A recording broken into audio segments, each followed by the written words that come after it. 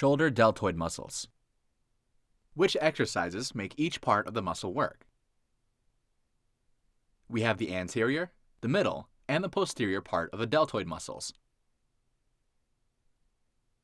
And now we'll see which movements make each of those parts work. It's quite an obvious thing, but let's get some proof to it. Now, bend your shoulder and lift your arm in front of you. You can see that the anterior part of the muscle is fully engaged in the movement, and there's also activity in the middle part. The posterior part is almost inactive. Raise your shoulder and arm to the side. Both anterior and middle parts are active, and the posterior part is a little more engaged than in the first case. If we try extending the shoulder, we can see that it's the posterior part that is more active. Then comes middle and anterior. Let's take a dumbbell and lift the arm the same way in front of you. We can clearly see the work of the front part of the muscle, but both middle and back parts are more active as well, as they help stabilize the shoulder. Side lift. The middle part shows high activity, while anterior and posterior parts are also engaged. Now try to lower your hand and then extend it to the back. The most active part is posterior, and the middle, as those fibers of the middle part that are located closer to the back also helps to extend the shoulder. Could you extend your arm to the side again, please?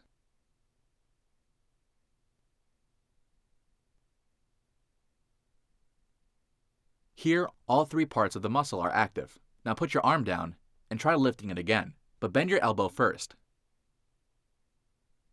Again, all three parts are engaged in the movement. Keep your shoulder up and try to rotate it. Let's see if the posterior part will work more. Well, the middle part still plays the biggest role in this exercise. You can put your arm down. Me and Sergey want to show you the muscle work in the most popular exercises.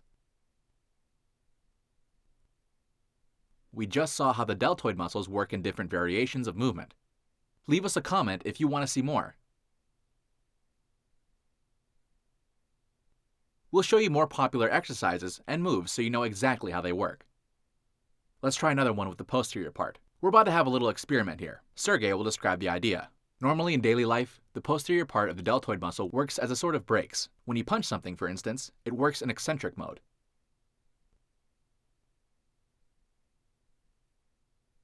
What we are trying to see is the maximum power I can get out of the muscle in both concentric and eccentric modes. So concentric is for extension, and eccentric for bending the shoulder to the front? Yes. Cool, I like that idea. Let's do it. So the concentric. Okay, what do we have here?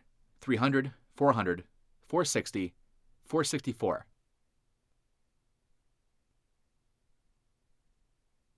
Okay, by the way, the middle part showed some good activity as well. Yeah, the middle part works as well. Okay, ready? Go for it. 300, 480, 460, 460, 450.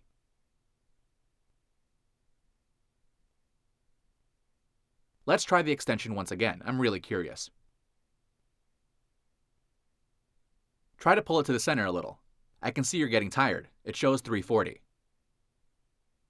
Once again. Once again. 595, 580, 590, almost 600. Therefore, this is the exercise that trains the muscle better. Okay, show it again, just don't hit anyone. Looks great, and all three parts work very well. You tried the exercise yourself. Is it safe for the shoulder joint? Yeah, let me show you. Never thought of this exercise, but it's never too late to learn. Look, it almost reaches 1,000. Let's do it once again. Now it shows 660. That's amazing.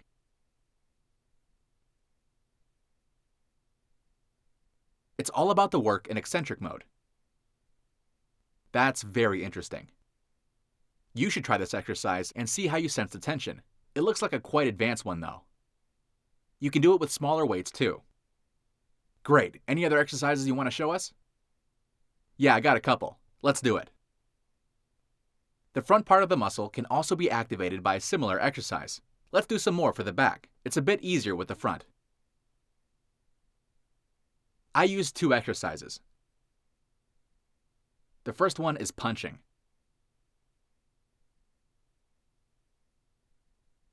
It shows about 450. By the way, talking about this punching-like move, have you noticed how boxing fighters have really toned posterior delts? True, and you can use a bit more weight here since your elbow is bent. I'm using the same weight for both now, but with your arms straight, the muscle gets more tension.